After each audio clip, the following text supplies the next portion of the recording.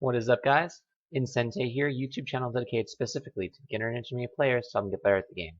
Okay, so when you're a beginning player, you learn what a co is, and you don't really think it's that important, and you just sort of not really try to learn about how to use it. But if you do get into one, you tend to not like them, at least if you're anything like me, or how I was when I was a beginner. Then you get into the intermediate range, and you see how people are using co's, and you realize that's kind of important, but you still don't really like them because it just seems kind of weird to you. This video is meant to help all those people who either don't like co's, don't quite know how to use co's, or want to learn about how to make them a little easier to understand. Without further ado, let's get started.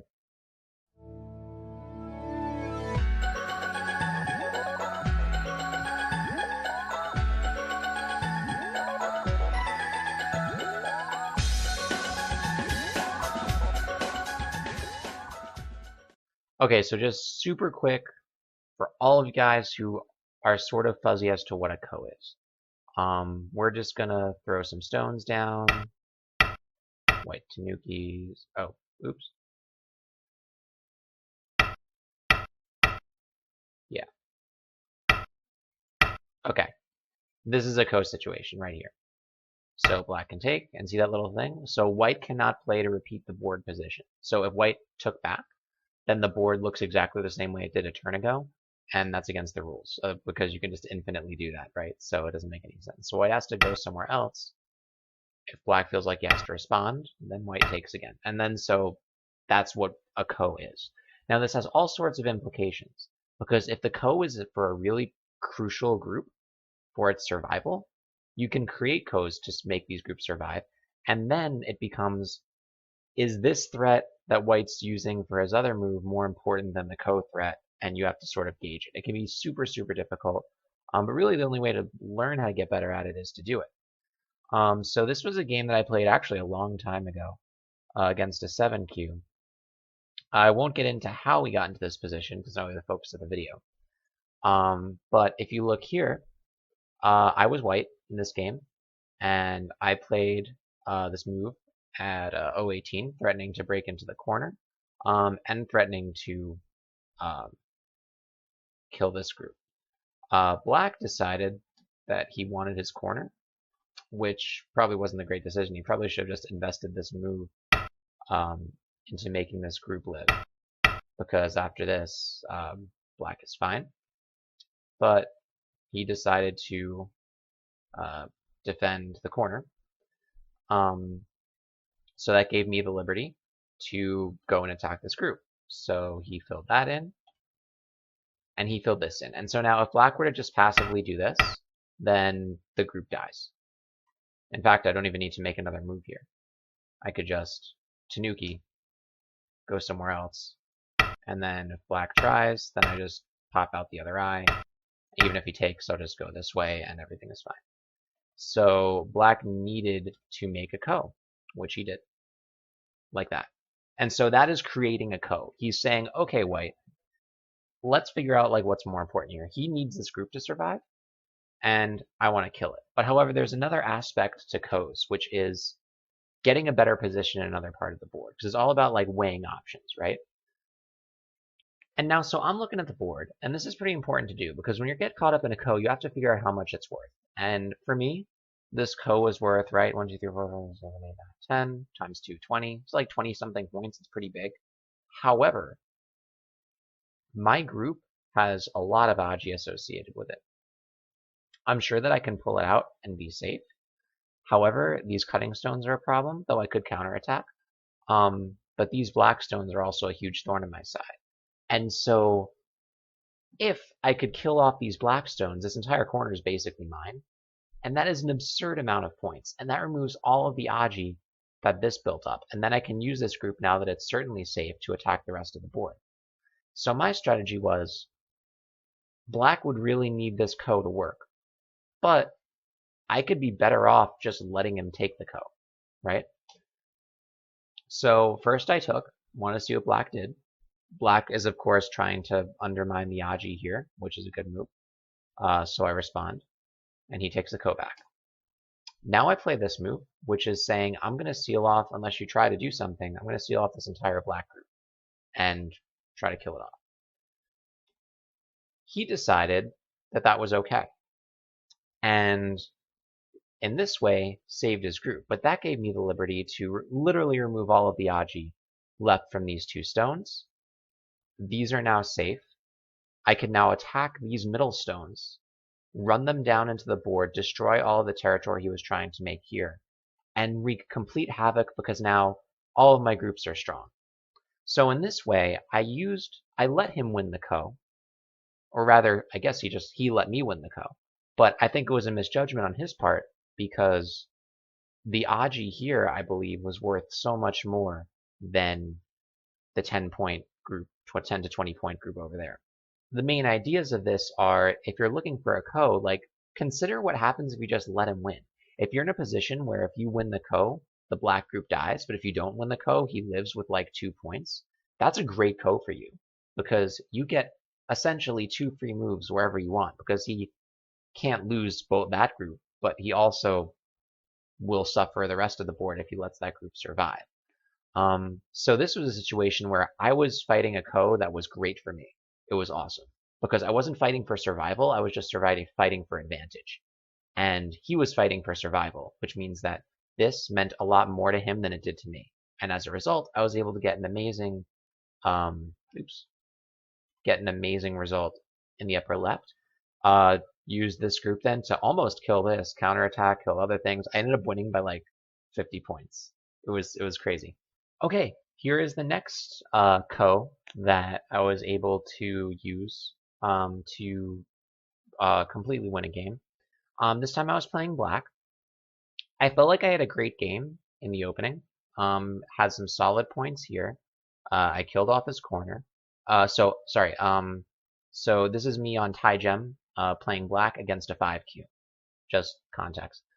And have some nice beginnings of stuff on the side. It's totally invadable, but the problem is I made a bad invasion in the center. As a result, created a dragon that he chased all throughout the board. All into his stuff. And if this lost, then of course I would lose the game. So I needed this to live. Completely needed this to live. So the only real way to do this once I was able to run this group to the edge of the board was to make a Ko. So I started off this way, simple enough. He Atari'd my stone, which is a good move. Now I exploited this Aji right here and played here because if he decided to take the stone, I would descend with this stone, and now these 3 are captured. And that's great. So he couldn't let that happen.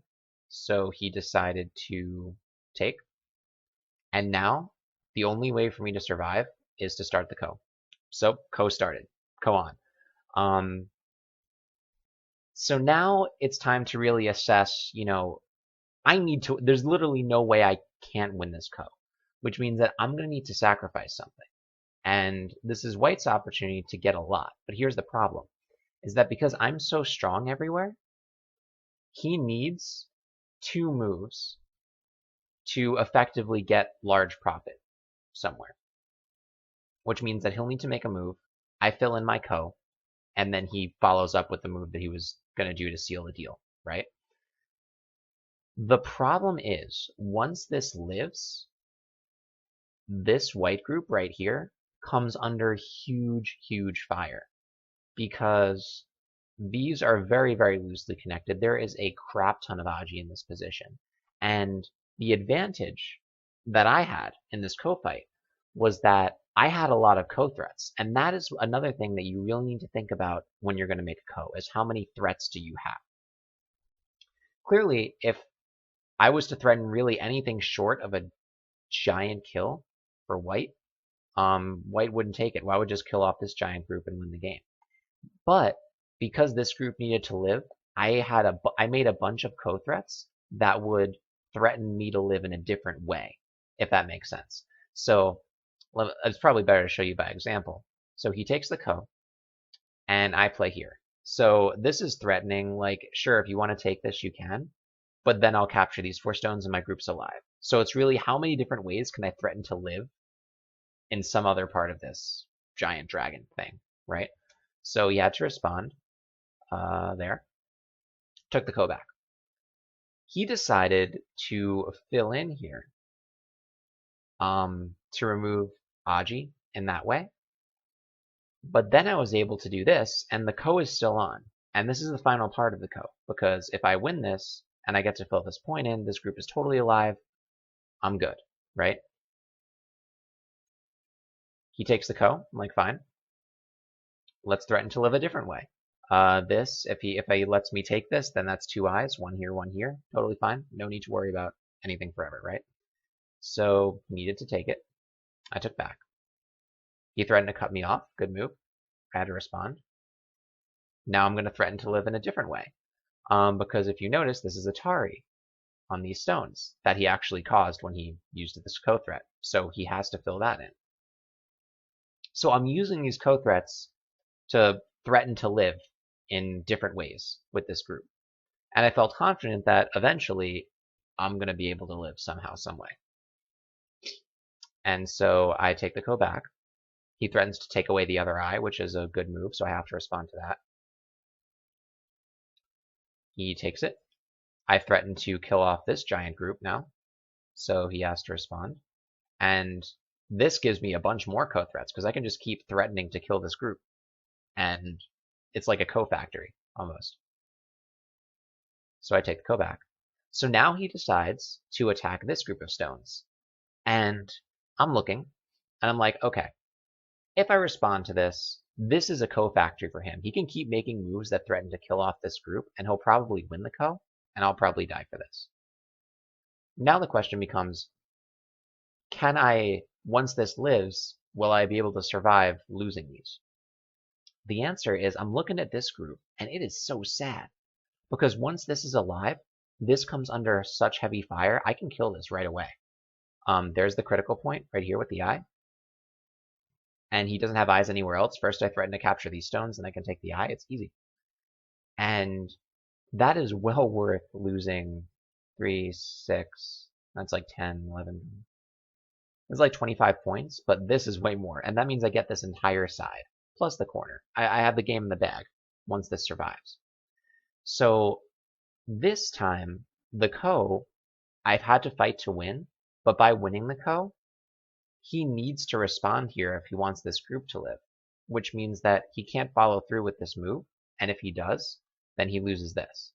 But if he responds over here, then he'll lose this threat, and I'll get this side of the board again, and it'll be okay.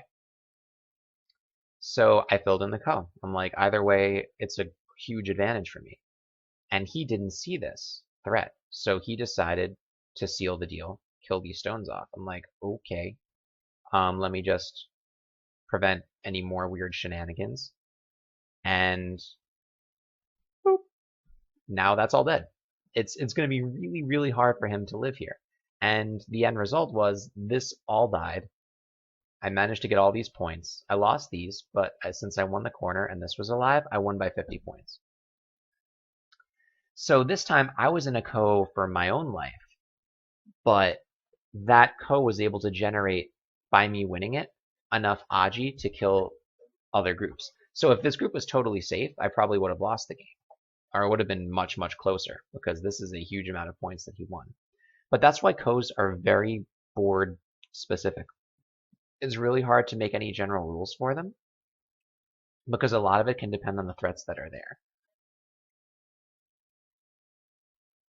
But for people who just want to get started using a ko, have some simple rules that I've picked up that can help get your feet wet into using kos, and might help people that have tried to use kos, maybe intermediate players, into getting better at them. So I hope these two examples sort of gave you guys a taste of the different flavors that kos can take. I hope that you sort of have a little bit better idea on when to use them and when to not use them, and when a ko is good for you and when a ko is not good for you. It really all depends on the board, how many threats you have, what you can gain from these threats, and sometimes kos can go for moves and moves and moves and moves, especially with the pros. See a pro game, kos can happen for 20 moves in a row if they want. It's like a business transaction almost. So try to use them in your games. You know, if you get into a ko where if you win it, your opponent dies, but if you lose it, you can get an advantage in another part of a board, that's awesome. That's like a win-win for you. However, if you are in a ko like this game where you need to win it to survive, really make sure that when you finally do let yourself fill in this ko that you're not losing too much and you have plans for a counterattack. It's not something to take lightly, for sure. So that is my lesson for today. Hope you enjoyed it. Enjoy the winter. If I don't see y'all or make a video before Christmas, have a wonderful Christmas. Have wonderful holidays. Keep playing Go, and I'll see you on the grid.